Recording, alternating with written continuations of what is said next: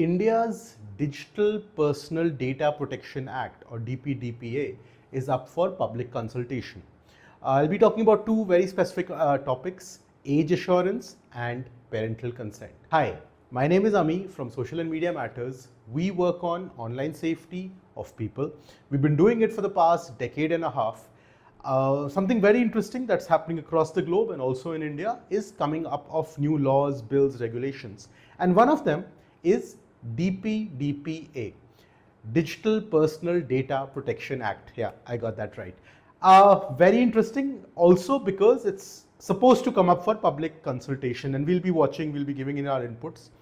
2 points where we are considered some of a global expert: parental consent and age assurance. I want to highlight both of them and why it is very important to understand it from India's perspective. Age assurance. Now, while some of the Indians are great experts at it, they have big opinions, important, informed opinions, most of India does not understand the why behind it. See, age assurance is something which has kind of had a hit and miss relationship with India. India has the certification board, which is usually used for movies, properly known as censor board. But besides this, there is no scientific methodology that India follows to determine the age of any form of content, game, or anything digital for that matter of fact.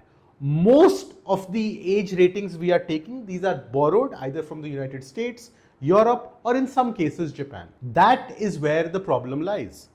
See, India, for its beauty, is a very diverse country, and we have learned our solution need to be homegrown. There is no disregard in this aspect. But to actually home grow such an aspect of age assurance, we need to do a large-scale awareness campaign amongst parents, amongst children, to understand why is age assurance important, or how are we going to rate content, games and apps in India. That's a very big gap that I see. The second one is extremely interesting: parental consent. Again, the same problem. Agreeing to consent does not mean the parent has understood it. So one aspect I would like to add over here is informed parental consent. The second we add informed, most of the Indian population will not have a clue why they are giving this consent. Hence, again, education and awareness of parents as well as children is important. Unless you are informing the public, it is not informed parental consent. So one big problem I've highlighted, which is the awareness part.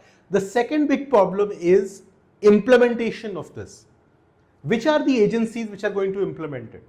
And please, let us not go around the same methodology of agreeing to terms and conditions. You and I agree to multiple terms and conditions on the internet without realizing what they are. Well, that's quite pointless.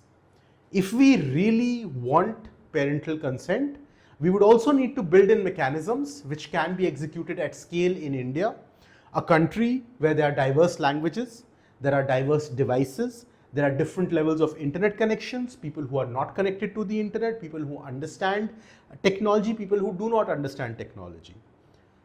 How is the government thinking about overcoming this gap before we can even think about implementing the DPDPA?